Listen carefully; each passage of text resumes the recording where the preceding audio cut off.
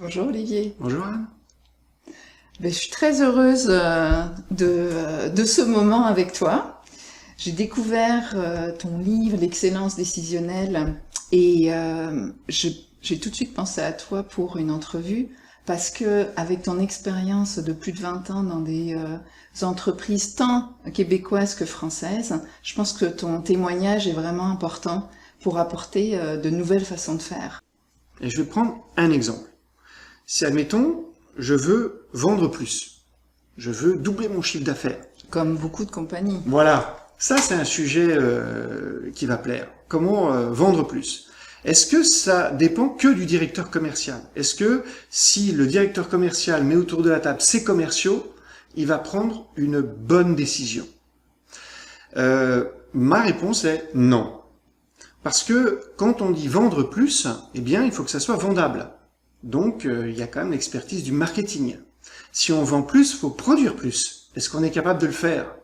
Donc là, on a besoin du responsable de la production. On va peut-être avoir besoin de former les gens, de recruter des commerciaux, si on veut vendre plus. Donc on a besoin du RH. Est-ce qu'on peut recruter ou pas? Il va falloir payer des formations. Est-ce qu'on peut payer ou pas? Donc, on a besoin du responsable financier. On a peut-être besoin d'un logiciel plus moderne de gestion de la relation client. Donc, est-ce qu'il y en a? Est-ce qu'on ne devrait pas avoir autour de la table le responsable technologique?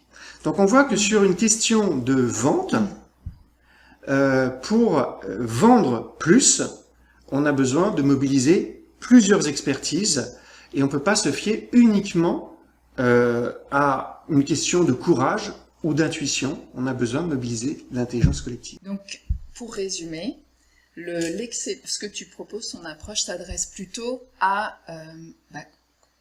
lorsqu'on est face à un choix entre plusieurs scénarios. C'est ça. Entre le scénario A, B ou C, l'approche que tu proposes qui est concrète et avec des étapes bien définies nous permet de prendre la meilleure décision pour l'entreprise. Voilà. Donc, en gros, on a deux grandes étapes. Il y a l'étape du pourquoi on ferait la stratégie A plutôt que B, pourquoi on va développer nos ventes plutôt de la façon A que B. Et là, on a ceux qui vont exécuter autour de la table.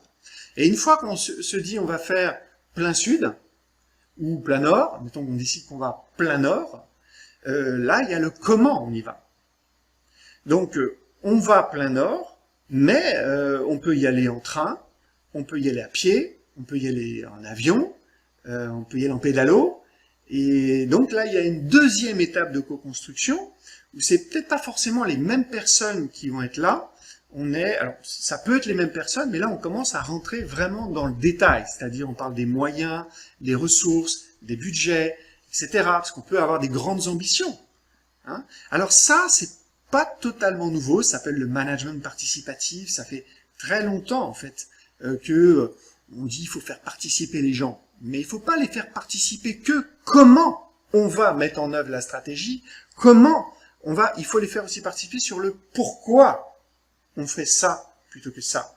Parce que si on ne fait que le comment, que la plupart des entreprises font, si on va dans la mauvaise direction de ce que pensent ceux qui exécutent, on peut faire toute la co-construction du comment qu'on veut. Quand tu penses que tu vas dans la mauvaise direction, tu n'es pas engagé. Tu te dis, voilà, le truc hors sol, ceux qui ont le pouvoir, le statut, le diplôme, qui sont dans le comité de direction, ils nous ont dit, on va à droite, mais nous, on est sur le terrain, on a toute l'intelligence du terrain, toutes les expertises, et nous, on pense que c'est plutôt dans l'autre direction qu'il fallait aller. Donc, tu amènes un point qui est super important, qui est l'engagement. Donc, ton approche, là où je trouve que c'est vraiment intéressant, c'est que ton approche propose de rétablir la connexion, finalement, entre l'exécution et la décision. Parce que la décision reste reste chez les décideurs. Tout à fait. Tout à fait. C'est pas de la décision collective. C'est pas noyer ma responsabilité. C'est je décide seul. Après avoir distribué la parole auprès de gens qui vont exécuter, je vais co-construire le pourquoi avec eux, mais à la fin, je décide qu'on ira à droite ou à gauche. Et ensuite, on va co-construire comment on va courir le plus vite possible à gauche. Et à ce moment-là, ce que dire, on veut développer l'engagement, on fait des enquêtes de climat social, c'est des incantations, ça. Quelle est la source de l'engagement?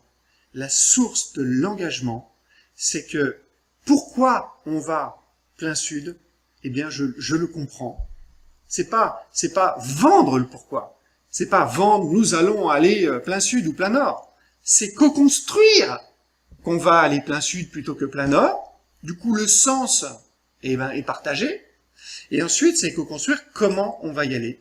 Et du coup, je vais avoir un engagement total et je vais courir très très vite parce que je crois qu'on peut arriver plein nord ou plein sud et on a co-construit le comment, donc j'ai les moyens d'y arriver. L'engagement, c'est le livrable d'être dans l'excellence décisionnelle, dans la co-construction du pourquoi on va à droite qu'à gauche et dans le comment on va y aller. Donc finalement, c'est ça que je propose, c'est d'engager les collaborateurs, non pas avec de la conduite du changement, avec des murs de post-it, avec les petites astuces que j'ai présentées tout à l'heure. Merci beaucoup, Olivier. Merci Anne de m'avoir invité.